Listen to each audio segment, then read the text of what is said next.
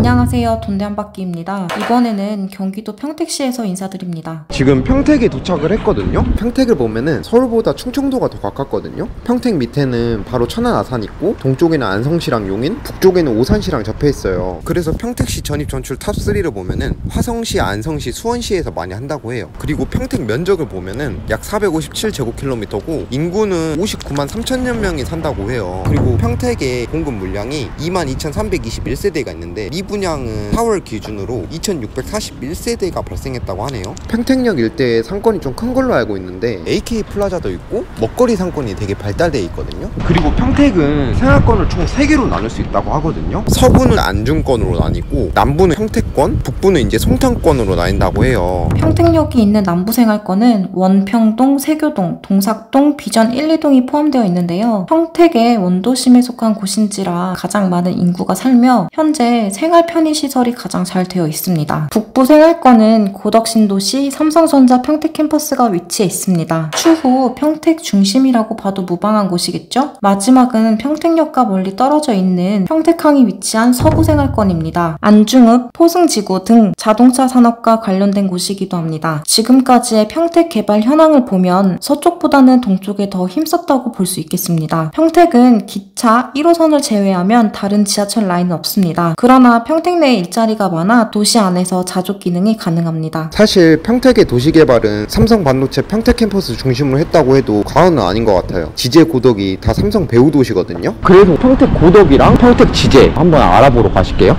지금 지제역 앞에 도착을 했는데 여기가 평택에서 제일 핫한 곳이에요. 지제역 역세권 개발이 총 면적이 453만 제곱미터 면적으로 어떤 개발이 정확하게 이루어지고 있냐면, 일단 일자리를 많은 도시, 즉 컴팩트 시티로 여기를 만든다고 해요. 그뿐만이 아니라 미래형 환승센터 시범 사업지로 지금 선정이 됐는데, 드론 택시나 자율자동차 이런 것들을 이제 운행하면서 모빌리티 연계 강화를 할 예정이라고 하거든요. 그러면 여기에 청년층 인구가 계속 늘어날 거고 일자리가 많으니까 일할 사람들이 되게 많이 모이겠죠. 그래서 이제 이쪽에 주거 여건을 많이 형성한다고 하네요. 공공주택이 총 33,000가구로 공급할 계획을 가지고 있다고 하거든요. 지금 여기에 일자리가 생기고 그러다 보면 사람이 몰릴 수밖에 없고 자연스럽게 교통이 발달되는 건 사실인데, 지제역에 지금 1호선하고 SRT밖에 다니지 않고 있어요. SRT를 타면 강남역까지 50분 정도 걸리는데 요금이 10,000원이라고 하네요. 그래서 이제 정부에서 이쪽에 이제 GTX A랑 C 노선까지 연결을 한다고 해요. 그리고 수원발 KTX까지 연결하는 사업을 진행한다고 하거든요.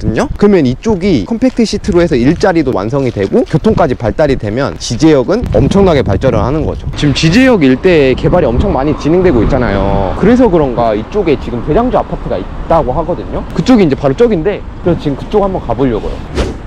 지금 여기가 지제역 대장주인데, 여기 아파트를 좀 더 자세히 살펴보면은 최근 거래가는 8억 2천만 원에 거래됐고 최고가는 9억이라고 하더라고요. 여기가 지금 2022년 5월에 준공이 됐거든요. 총 19개 동으로 1999세대가 들어와 있어요. 아까 제가 말씀드렸다시피 지제역이 엄청난 호재가 있잖아요. 그러면은 여기 아파트에 살면은 지제역이랑도 가까우니까 또 지금 대장주로 꼽히지 않나 싶어요. 그리고 이 아파트의 좋은 점이 뭐냐면은 저기 앞에가 지금 바로 이마트가 있거든요. 대형마트 상권 이용이 용이하고 단지랑 이제 초등학교랑 되게 가까이 붙어 있어서 초등학교 접근도 쉽다고 해요. 아무래도 지금 여기 이마트 이용하기도 쉽고 학교 이용하기도 쉬운데 지제역 교통 호재까지 물려 있으니까 미래 가치도 좋고 현재 가치도 좋고 그래서 대장주이지 않을까. 그리고 아파트 층수 같은 경우에는 한 30층에서 35층 정도 돼 보이네요. 아무래도 이제 신축이라 그런지 단지 안도 적용을 되게 잘 해놨어요. 지금 이 일대 보면 아파트들이 되게 많거든요. 지제역에 이제 콤팩트 시티, 일자리도 생기고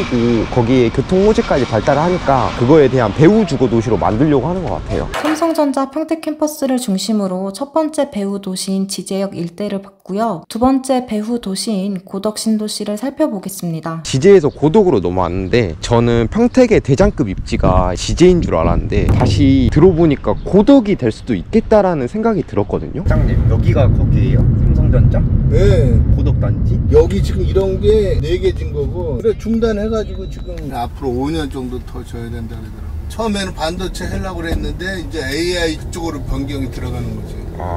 한 동에 3조래는 30조래는. 그래갖고 여기 지금 150조 지금 투자했다고 삼성에서 삼성전자 평택 캠퍼스에 약 150조를 투자했다는 건데요. 현재 4공장 일시 중단, 5공장 공사 딜레이 등 삼성전자 평택 캠퍼스 건설 잠정 중단에 대한 불안감이 있으셨을 겁니다만 4공장은 8월 이내 재가동 예정이고요. 나머지는 반도체 산업에서 AI 산업으로 변경 가동된다고 합니다. 그러면 잠시 빠져나갔던 인구가 유입될 가능성이 보이게 되는데요. 인구 유입으로 인해 삼성전자 평택 캠퍼스와 맞닿아 있는 고덕 신도시에 대한 관심은 더더욱 커질 거라 생각합니다. 고덕을 좀 더 자세히 들여다보면요, 수용 인구가 약 14만 명 정도 되고 면적은 이제 13.4제곱킬로미터 정도로 된다고 해요. 여기가 고덕의 대장주 아파트거든요. 지금 평택 순위로 보면 여기가 2등이에요. 최근 거래가가 7억 4천만 원에 거래됐고 최고가는 8억 2천만 원으로 거래가 되고 있거든요. 기본 정보를 보면은 2021년 10월에 착공이 됐고